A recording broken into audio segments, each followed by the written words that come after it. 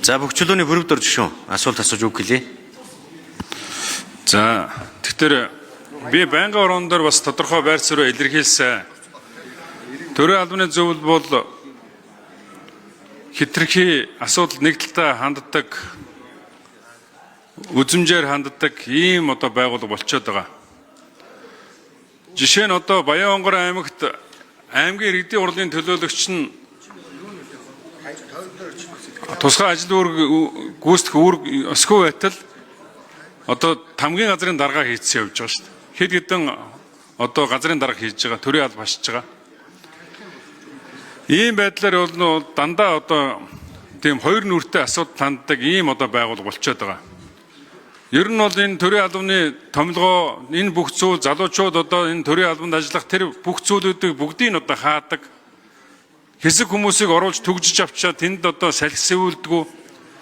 Нэг тийм одоо богшорсон ийм л одоо бүтцийг бий болгоцсон тэндээ одоо асуудал гаргаад ингээд явж байгаа.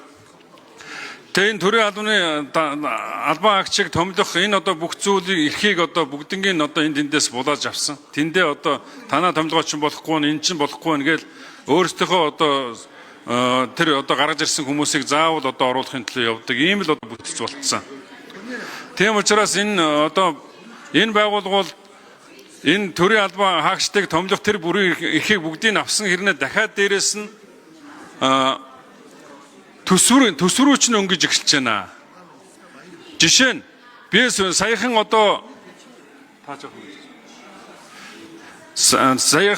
одоо энэ бүх яамдууд төрийн албаны зөвлөлийн зохион байгуулж байгаа төрийн албан агчдын семинар уулзалтыг яамдуудаас 20 сая төгрөг авна гэж одоо ярьсан байгаа юм. Гэтэл бүр одоо аймаг болгоноос 20 сая төгрөг авах. Өөрөөр хэлбэл нэг хэдэн дарга нар төрийн албан хаагчдын зөвлөгөөнийг хийж нэг өөрсдөө алга ташуулахын тулд төсвийн ерөнхийлөгчийн захирагч та нарын одоо эрхлөө халтаж одоо бүр дураараа дургдаг юм хэрээс хэтэрч байна. Зарим яамд руу танах 20 сая төгрөгөөр iPad авчих гэж бичгээ уулсан байж байгаа жишээтэй. Одоо ийм байдлаар одоо ийм замбраагүй зүйл одоо тэр нь одоо бичгээр явуулсан юм уу, ил тод хин нэг нь хэлсэн юм уу, тэгээд хэлсэн юм шиг. Ийм байдлаар ер нь бол энэ төрийн албаны зөвлөл бол одоо сүүлдээ одоо томилгооны эрхэнд талдаад бүр сүүлдээ төсвөрөө өнгөж эхэлдэг болоод ингээд байна. Тэгээд энэ бол бүх мэдээлэлүүд бүгдээрээ над дээр ирж байгаа. Ер нь бол нэг их хурал дээр энэ одоо үг хэлчих байх гэж над руу маш их олон хүмүүс ханддаг.